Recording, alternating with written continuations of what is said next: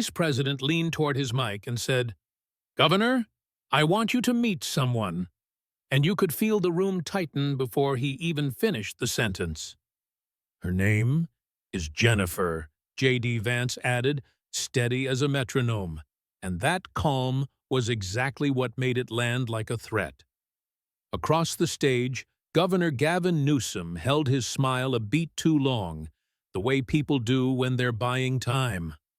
Cameras love micro-hesitations, and that one, barely a flicker, was enough to tell 40 million people he doesn't know what's coming. If you've watched enough political television, you recognize the moment when a script gets yanked out of someone's hands and the live wire shows. The setting in this scenario is a CNN town hall in Los Angeles, blasted with those unforgiving studio lights that make everyone look slightly guilty. The date on the chyron reads October 23, 2025, and it's framed as a California crisis forum, because nothing sells like the word crisis. The state's problems are lined up like exhibits: homelessness, crime, housing costs, people and businesses leaving, the whole litany. Newsom agrees to show up because that's what confident politicians do when they think they can out-talk the vibe. What he doesn't anticipate is the Vice President of the United States showing up not to spar, but to cross-examine. Vance's voice doesn't boom. It slices, the way a good lawyer can sound polite while dismantling you. Newsom's brand, the hair, the posture, the practiced warmth, has survived years of California politics and enough interviews to last 3 lifetimes. But brands are fragile under bright lights, because the camera catches what the brain tries to smooth over. When Vance says Jennifer, Newsom's eyes do that tiny math problem politicians do. Who is she, and what does she know? And the audience leans forward because everyone can smell a pivot from policy to something that feels personal. Dana Bash, moderating, looks briefly puzzled in the way moderators do when the night starts drifting off the agreed-upon rails. The format is supposed to be controlled, timed, civilized, and tidy enough to package into clips that don't terrify sponsors. But the room doesn't feel tidy. It feels like it's waiting for a confession that nobody promised to give. In row 7, left side, a woman stands slowly, like her body doesn't entirely trust the room. Her clothes are clean but tired, and her thinness reads less like wellness culture and more like scarcity. She introduces herself as Jennifer, and she doesn't do the thing people do when they're trying to win the room with charm. Her voice starts shaky, but microphones have a way of turning shaky into intimate, and intimate into deadly. She tells the governor, "You don't know me, but I know you." And that line has ended more than a few political careers in America. She says she used to live near his home in San Francisco, in Pacific Heights, and you can almost hear the audience map it in their heads. Newsom's face shifts into that familiar expression of professional concern, head tilted, eyes softened, sympathy preloaded. Jennifer says she taught 5th grade in the Sunset District at Monroe Elementary for 17 years. She says she loved the kids, and she doesn't say it like a slogan. She says it like the only thing she was ever proud of. Then she walks into the timeline. COVID in 2020, furloughs, budget cuts, the temporary promise that wasn't temporary. She says 2021 became the year temporary turned into permanent, and the layoff stuck. By 2022, she says, rent didn't care about explanations, and eviction notices don't accept sincerity as payment. The story she tells is not exotic. That's the point. And that's why it hits. She says she ended up on the street, and she doesn't dress it up for television. She says it's been 3.5 years, and she makes sure the room hears the fraction, because half years matter when you're freezing. She describes shelters as full, unsafe, or both, and she frames it as a practical decision, not a morality play. She lists the bureaucracy, hotlines, applications, wait lists, and it sounds like the same loop people describe when they're trapped in customer service hell. She says she's been assaulted, robbed, and sick, and she tells it with the plainness of someone who stopped expecting surprise. She mentions pneumonia and a clinic. And suddenly, the room isn't thinking about programs anymore. It's thinking about lungs. Then she looks directly at the governor and drops the line she came to deliver. "And you walked past me twice." She doesn't say it like an accusation in court. She says it like a fact she carried around until it got too heavy. The audience goes so quiet you start noticing the air conditioning, because silence always makes you hear the building. Newsom opens his mouth, and for a second he looks like he's trying to pick the right emotion from a menu. Jennifer doesn't give him the luxury of a long pause. She names the street, Filbert Street, and she gives an approximate time, because specificity is what people use when they're trying to be believed. She describes him coming out dressed up on the phone, laughing at something someone said, stepping around a doorway like it's a puddle. She says there was eye contact, just long enough to register mutual recognition, and then the moment was over. Then she gives the second encounter, and this is where the room starts to feel the trap closing. She says she went north to the Napa area because someone told her there might be shelter space. She says the shelter tip didn't pan out, which is exactly how tips usually go when the system is crowded and the rumor mill is your caseworker. She says she was sitting on a sidewalk near Yountville, and she saw him with a small group dressed for dinner. She identifies the restaurant as the French Laundry, and the name alone carries the baggage of that old lockdown controversy like a stain that never lifts. Jennifer says she looked up the price later because hungry people do research too. She estimates roughly $350 a person and does the math out loud because, in America, math is a moral weapon.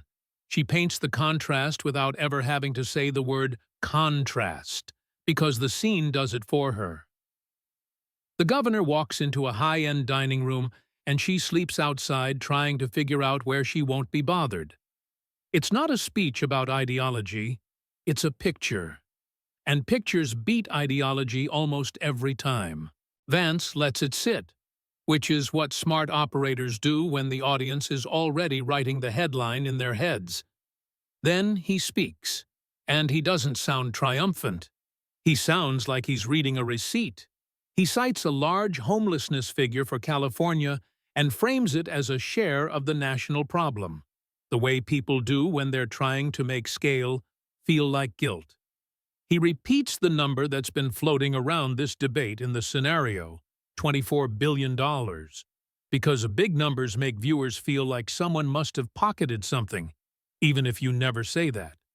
He asks, in effect, how you spend that kind of money and still end up with a teacher sleeping in a doorway. He says, in so many words, that the argument isn't about spreadsheets anymore. It's about the face in row 7. And that's where the governor's normal defenses start to look flimsy, because compassion faces are easy until compassion has a name. Newsom's body language tightens, and suddenly he's not the relaxed storyteller. He's the guy trying to avoid one sentence that turns into a meme. You can almost see the calculation. If I concede too much, I look guilty. If I deny, I look cold. That's the vice of modern politics. Every response is a bet against the clip. In this imagined exchange, Newsom pushes back by calling it an ambush, calling it prop politics, calling it unfair theater. It's a familiar move. If the story hurts, argue the format instead of the substance. But Vance counters with the simplest possible defense. She's not a prop. She's a person in your state, dealing with a crisis you claim to be working on. Jennifer's presence turns policy into responsibility, and that's a tougher hill to climb on live TV. The moderator tries to keep the wheels on, but the wheels are already rolling downhill. Newsom, trying to find stable ground, says he's sorry, but he can't personally recognize and fix every individual situation. It's not an outrageous statement on paper. It's just a political disaster out loud. Because nobody heard, "I can't fix every problem." They heard, "I'm too important to notice you." The audience reacts the way audiences react when the human mask slips, gasps, murmurs, a few harsh sounds from the seats. Jennifer doesn't look enraged, which would be easy to dismiss. She looks disappointed, which is harder to deflect. Vance doesn't need to shout. He just needs to underline the optics. He says no one expects the governor to solve every life personally, but people expect leaders not to step over suffering on the way to luxury. He frames it as credibility, as self-awareness, as the gap between rhetoric and reality that Americans have learned to sniff out like smoke. And then he turns to the camera, because in political television, the real opponent is the viewer's gut reaction. He says the problem with politics now is that people become cases instead of neighbors, and this is what that looks like. From there, the story, still within the boundaries of a dramatized reconstruction, rewinds to show how the night got built. Because these moments don't happen by accident, and viewers know that even if they pretend they don't. Backstage, Newsom sits for makeup. Calm in that way you're calm when you think you've mastered the environment. He wears a navy suit that looks like it was chosen by a focus group and tailored by someone who charges more than your rent. His staff runs the usual playbook. Lead with innovation. Talk about values. Admit challenges. Pivot to investment. Never show panic. His communications director paces with a tablet, repeating narrative points like they're incantations. California leads on climate, leads on civil rights, leads on innovation. It's not failing, it's just in transition, the phrase that can mean anything you need it to. He warns Newsom not to take the bait, which is what aides say when they know their guy loves the bait. Homelessness will come up, of course, so keep it abstract and talk about comprehensive approaches, because specifics create targets. Newsom nods while scrolling his phone, casually confident, the posture of a man used to being treated like an inevitability. Meanwhile, upstairs, Vance prepares like a prosecutor, not a pundit. In the imagined room, the table is buried under folders with colored tabs: homelessness, economy, crime, hypocrisy, all the categories that make a narrative feel researched. A senior advisor works a timeline on a whiteboard, chunking the 2 hours into segments with objectives. The plan is not to win points, but to force admissions, the way cross-examination forces you to pick between denial and discomfort. And the closer they get to the 90-minute mark, the more the plan shifts from numbers to a face. Because numbers, on television, get argued. A face doesn't get argued. It gets felt. Jennifer, in this scenario, becomes that face, and the team makes sure her story is tight enough to withstand the obvious counterattacks. Dates, streets, small, verifiable details. Those are the tools of someone who expects to be doubted. It's airtight, not because it proves a crime, but because it's designed to survive the shrug. At 5 o'clock Pacific, both men walk to the stage like boxers pretending they're not there for a fight. They shake hands because etiquette is part of the performance, and then they position themselves at podiums with the perfect camera angles. Dana Bash opens with the standard promise of civility and substance, because networks sell seriousness even when they're serving spectacle. Newsom gives an opening statement about California's economic size, innovation, values, and leadership. He drops the $24 billion figure as proof of commitment, the way politicians treat spending like a synonym for compassion. Vance responds with the tone of a man who doesn't plan to clap. He says optimism is fine, but reality is better, and he starts naming uncomfortable stats and trends that make the room stiffen. People leaving, businesses moving, the sense that the California dream is getting priced out and regulated into a corner. He doesn't attack the state as a place, he attacks the governing story, the idea that leadership is measured in press releases, and he frames the night as accountability, which is a loaded word because everyone wants it until it's pointed at them. When Dana Bash transitions to homelessness and housing, Newsom tries to stay on the prepared track. He describes investments, programs, building, services, compassion, every word that sounds good, until someone asks, "How many?" Vance interrupts with the kind of question that sounds simple but is actually a hook. How many units? Newsom says thousands, and Vance asks for a number because thousands is where politicians hide. It's a familiar dynamic. The politician wants a cloud, the challenger wants a nail. In this story, Vance produces a figure for supportive housing units and does the back-of-the-envelope math on stage. He divides the big spending number by the smaller unit number and announces a per-unit cost so high it makes the audience inhale. Whether every detail is perfectly rounded or not, the rhetorical move is clear. Take a complicated system and boil it into one shocking ratio. Then he asks how that could happen, and he doesn't wait long enough for a full explanation. He pivots to bureaucracy, permits, environmental reviews, consultant fees, because everyone has experienced a process that eats money without delivering results. Newsom tries to say construction is complicated, that California has rules for a reason, that the real world isn't a spreadsheet. Vance's response is to treat complicated like a confession of inefficiency, which plays well to viewers who feel squeezed by costs. He gestures toward audits and investigations, invoking the authority of reports without needing to litigate every footnote on air.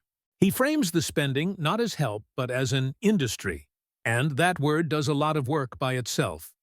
It suggests paychecks, permanence, and incentives that favor management over solution, all without having to accuse anyone of stealing. Then he slides into the next file, the one labeled hypocrisy, because hypocrisy is the gasoline of political entertainment. He brings up the French laundry incident from 2020, the photos that live forever in the public memory. He describes a moment when rules were strict for everyone else, and yet seemed optional for the people writing them. He calls it a symbol, and symbols don't care how many times you apologize. They stick because they feel like a parable. Newsom says he apologized, and Vance counters with the idea that the real apology only happened after exposure. From there, the narrative shifts into climate talk and private flights, because that's another hypocrisy lane audiences love. Vance cites a count of private jet trips and argues that it clashes with a public message about emissions and sacrifice. Newsom points to security and scheduling, which is what officials say when they don't want to explain comfort. Vance says governors aren't presidents, implying the explanation is convenience disguised as necessity.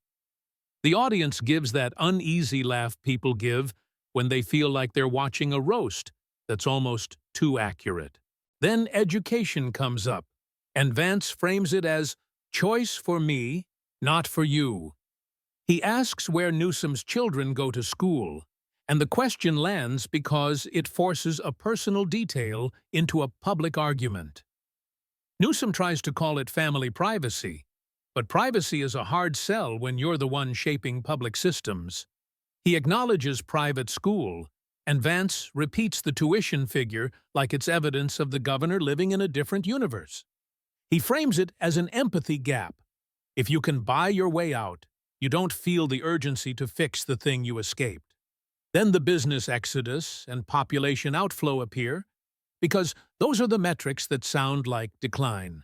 Vance cites big numbers and names high-profile companies moving headquarters, which viewers recognize like brand logos on a scoreboard. Newsom says population shifts are normal, and Vance says the magnitude feels like a verdict. He talks about the middle class getting hollowed out, and that idea resonates because it matches what many people already suspect in their bones. When he talks about taxes and regulation, he does it like a man explaining why your grocery bill is high, even if the causal chain is messier than the stage allows. Then crime enters, and the conversation leans into videos, viral clips, and that sense that disorder travels faster than nuance. Vance references smash-and-grab footage and retail closures, the kind of material that makes people feel unsafe even if they've never been there. Newsom calls it cherry-picking, and Vance calls it a pattern, because the argument is really about whose framing wins. He points to reforms like Proposition 47 and implies incentives shifted without having to declare anyone pro-crime or pro-criminal. He says people can manipulate definitions, but they can't manipulate how it feels to get robbed, which is an argument aimed straight at emotion. By the time the story reaches the 90-minute mark, Newsom is imagined as tired, defensive, worn down by the constant demand for specifics. That's the point of the structure. Exhaust the talking points until the politician starts sounding like a human under stress. Then Jennifer stands, and the room changes temperature, because now the debate is no longer about whether your statistics are fair. Now it's about whether you can look someone in the eye and sound like you mean it. And that's a test politicians rarely train for, because you can't workshop sincerity the way you workshop a slogan. Jennifer speaks again with more force now, because she can feel she has the room. She repeats that she's one of the people those billions were supposed to reach, and she says they never reached her. She doesn't claim anyone stole. She asks where the money went, which is a question that invites suspicion without making a prosecutable allegation. She frames her experience as evidence of a system that moves cash but not outcomes, and the audience nods because they've seen systems like that. And she anchors it back to the personal. You saw me, and you kept walking. When Newsom tries to answer, he's trapped between empathy and self-defense. If he embraces the story too much, he admits failure. If he distances himself, he looks heartless. He tries to say he doesn't recall, that he meets many people, which is plausible, but also sounds like a politician's fog machine. He offers apology language that feels procedural, and procedural apologies don't perform well next to lived pain. In this dramatization, you can feel the governor's brand slipping, not because of one sentence, but because the room stops believing the performance is connected to reality. Vance closes by saying the night isn't about tearing down California. It's about demanding results from leaders who have had time and power. He repeats that these aren't abstract problems, they're lives, and he gestures to Jennifer as the embodiment of the consequence. He frames it as a credibility collapse, the kind that doesn't recover with press conferences or carefully worded statements. Newsom tries to end with broad commitments and complex problem language, but complex sounds like a dodge when someone just told you their lungs almost gave out on concrete.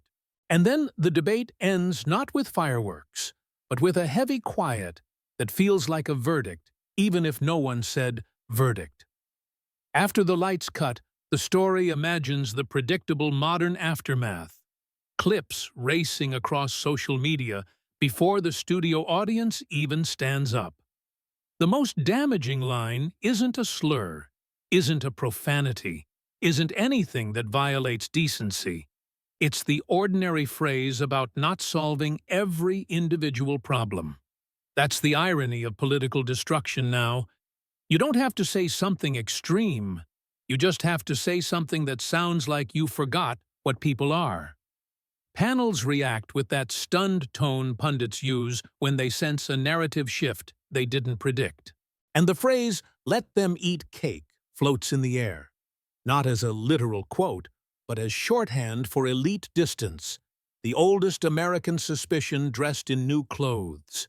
In the imagined days after, approval numbers wobble, donors whisper, and allies start using cautious language like headwinds and recalibration. The story doesn't need to prove a conspiracy to feel damning. It only needs to highlight contradictions and let viewers connect dots. Was the spending inefficient? Or was it captured by incentives that reward process over outcome, the way so many government efforts can be? Was the French Laundry moment a one-off lapse? Or did it reveal a worldview where rules are for the public and exceptions are for the powerful? Was Jennifer's story an unfair setup? Or was it the most honest thing that happened on that stage all night? That's why this kind of narrative, again, framed as a dramatized thought experiment rather than a claim of documented reality, hooks people. It asks questions that sound like everyday common sense. If the money is real, why aren't the results visible? If leadership is real, why does it look so different at street level than it does in a studio? If compassion is real, why does it need a camera to appear? And if a teacher can fall through the cracks this hard, what does that say about the rest of us who are one layoff away from a different address? The sharpest political stories in America often come down to a simple scene the public can understand without a policy degree. A politician in an expensive suit steps around a person in a doorway, and viewers don't need a white paper to feel what that implies. They just need to imagine it happening on their street, outside their building, in their town, with their tax dollars swirling somewhere in the distance. And the more the leader explains complexity, the more the average viewer hears, "Not my problem," even if that isn't the intent. That gap between intent and impact is where credibility goes to die. If you're Newsom in that moment, your best defense is probably humility, detail, and a willingness to say, "We failed here, and here's what changes tomorrow." But that's a hard sentence for modern politicians because admitting failure feels like feeding the wolves. If you're Vance, your best weapon is restraint. Let the witness speak, let the governor stumble, and then frame it as a pattern. And if you're Dana Bash, you're suddenly moderating something that isn't a debate anymore. It's a collision between narrative and lived experience. That's the kind of television that leaves everyone a little sick afterward because it feels too close to how power actually works. The real tension in the story isn't Republican versus Democrat, even though the stage is designed to make it look that way.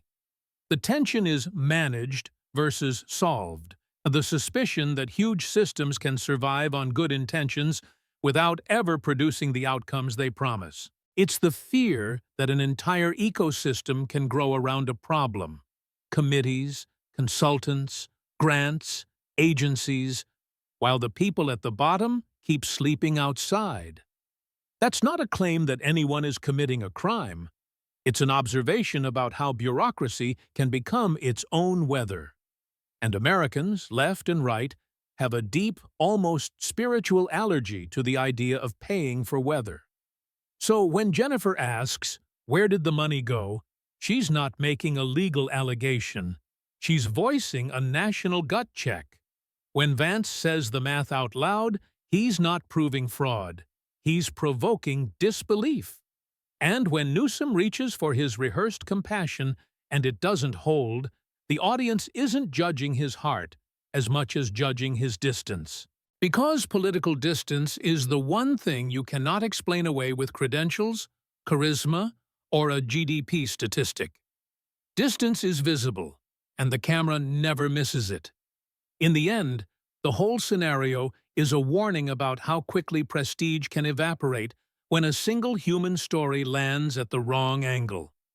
A governor can survive arguments about budgets, charts, and rankings because those are always contestable. But a teacher saying, "I slept on your street," is not a chart. It's a mirror.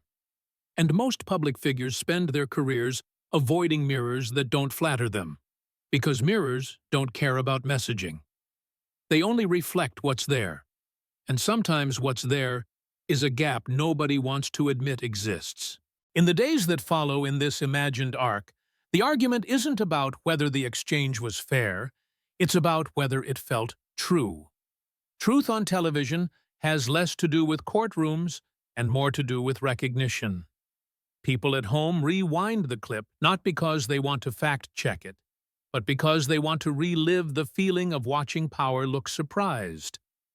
There is a particular electricity when someone accustomed to setting the terms suddenly has to answer to them.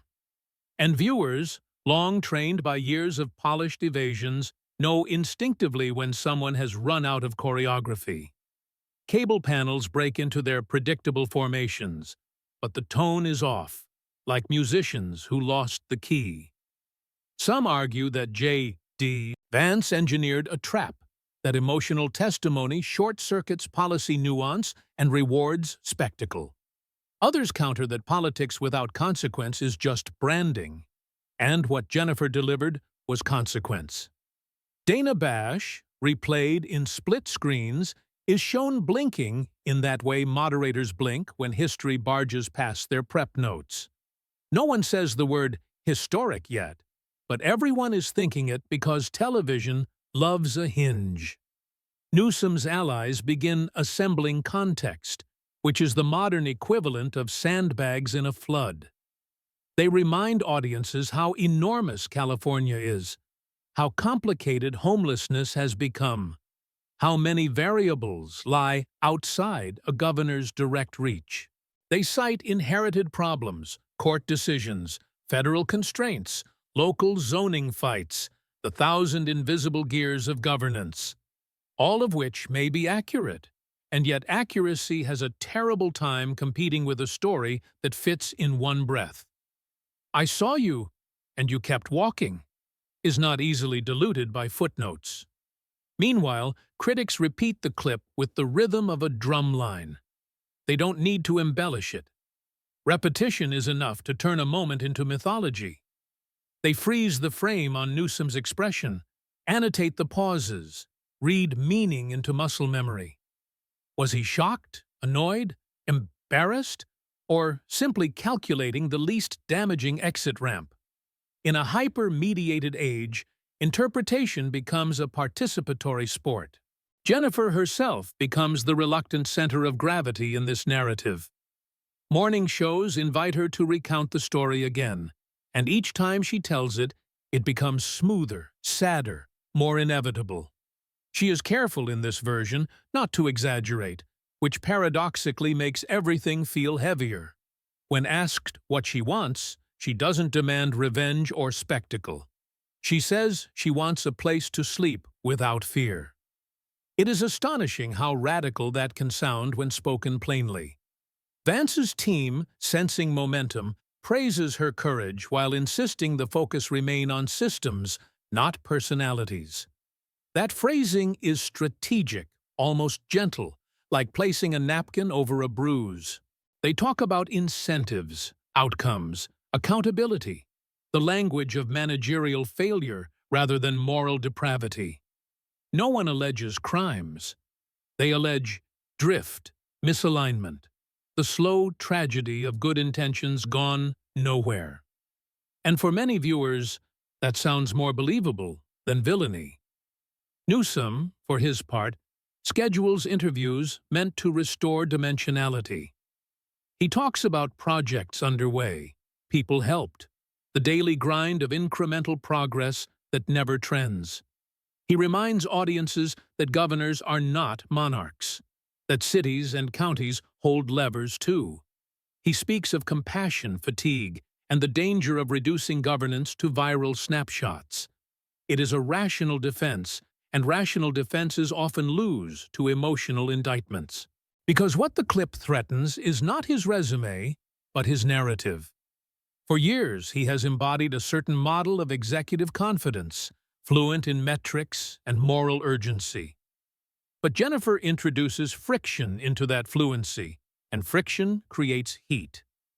The question shifts from "is he trying" to "is he seeing?" And that is a far more intimate test.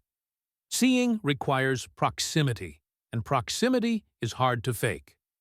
Across California, people who have never met Jennifer project onto her. Some recognize a neighbor, a relative, a version of themselves who missed one paycheck too many. Others wonder whether the scene simplifies a crisis so tangled it resists any single anecdote. Both reactions can be sincere at the same time, which is what makes democracy so exhausting. We are forever torn between the story and the system. Political professionals begin whispering about durability. Can an image like this fade, or does it calcify into identity? Modern history suggests that once a moment attaches to you, it follows like a shadow at noon. Ask anyone who has ever been reduced to a freeze frame. They will tell you how loud a silent picture can be. And shadows, unlike statements, cannot be revised. There is also the uncomfortable humor that creeps in around the edges. Comedians seize on the phrase about not solving every individual problem, repeating it in exaggerated impressions. Satire doesn't need malice. It only needs rhythm. And the line has rhythm. Laughter spreads not because viewers hate the governor, but because absurdity is easier to metabolize than despair. In that way, jokes become a pressure valve for civic anxiety. Yet beneath the humor is a harder question about scale. How does any leader remain human when the problems they manage number in the hundreds of thousands? What would it mean to truly see everyone? And is that even possible outside poetry? Citizens demand intimacy from institutions built for abstraction, and the mismatch can be brutal. Still, voters keep asking for it, which tells you something about what they're missing. Jennifer, interviewed again, says she never wanted to be famous. She says she wanted someone to listen, and she is still surprised that it required a stage. Her restraint becomes part of the narrative. She is not triumphant, only tired. That tiredness reads as authenticity, and authenticity is the rarest currency in politics. It buys attention that advertising budgets can only dream about. Some advocates worry the focus on one person risks overshadowing structural reforms already in motion. They argue that sudden outrage can distort priorities, pushing leaders toward optics rather than sustainability. Others respond that optics are part of governance too, because public trust determines what is politically possible. If people believe nothing works, they will stop funding anything that might. So the fight becomes not just over policy, but over belief itself. Newsom returns to the legislature in this storyline with a new weight on his shoulders. Every budget line now feels haunted by row 7. Every ribbon-cutting risks being compared to a doorway somewhere else. He knows opponents will summon Jennifer whenever he says progress, and he cannot forbid the ghost. In politics, you do not choose your symbols. They choose you. Vance, meanwhile, has to decide how far to ride the wave. Push too hard, and you risk looking exploitative. Pull back, and you lose the moment. So he strikes a tone of sober urgency, the posture of someone who believes he merely illuminated what was already there. Whether that's fair or self-serving is up to the audience. And the audience will argue about it for months. That argument, too, becomes part of the ecosystem. Through it all, the original question keeps echoing. If billions were spent, why does suffering remain so visible? Maybe the answer lies in land use, mental health infrastructure, labor costs, judicial rulings, the 1,000 chapters nobody reads.